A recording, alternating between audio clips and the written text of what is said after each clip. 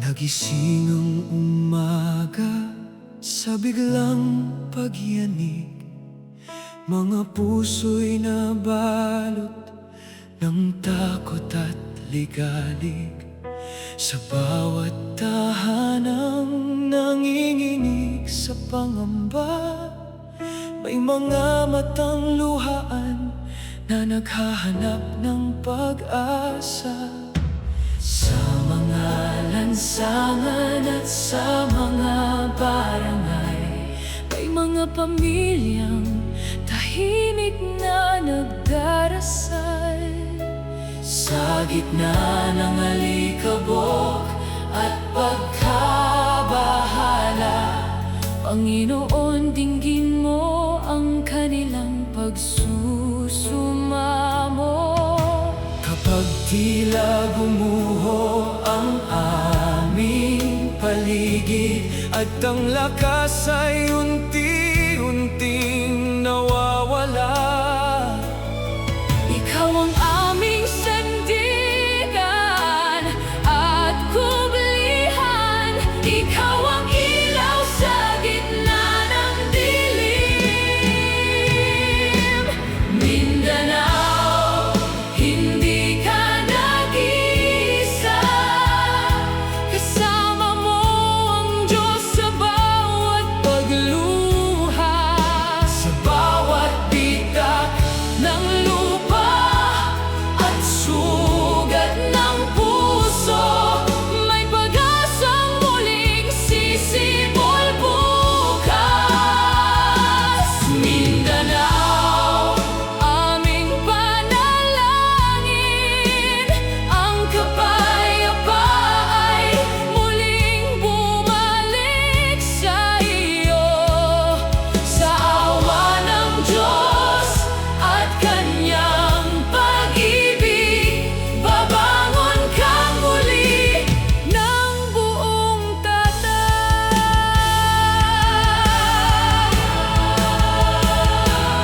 Sa mga bata na takot pang matulog, sa mga magulang na walang tigilang pag-alala, sa mga matatandang tahimik na nananalangin, Panginoon, yakapin mo sila ngayong gabi. Pagpalain mo ang mga kamay na tumutulong, mga rescuer at bawat pusong naglilingkod. Sa kanilang pagod, Ikaw ang maging lakas. Sa kanilang pag-asa, Ikaw ang maging gabay. Kahit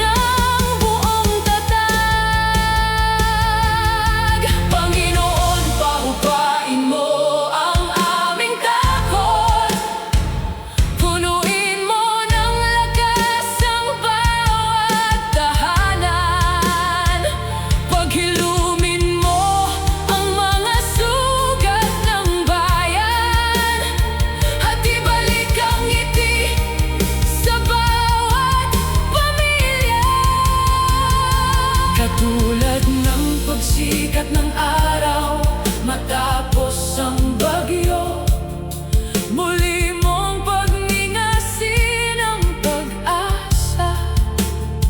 At sa bawat pusong nawawalan ng lakas, ipaalala mong hindi mo sila iniiwan.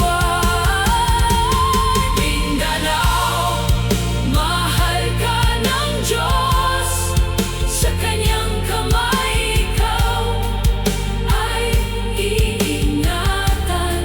Sa bawat luha ay may bagong umaga, sa bawat dilim ay may bagong liwanag. Mindanao, aming panalangin, ang buong langit ay aming tinatawagan.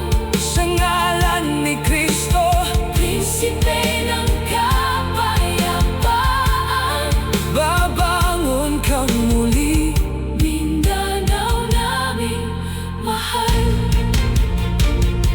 Panginoon, ingin mo ang aming dasal, ingatan mo ang bawat buhay.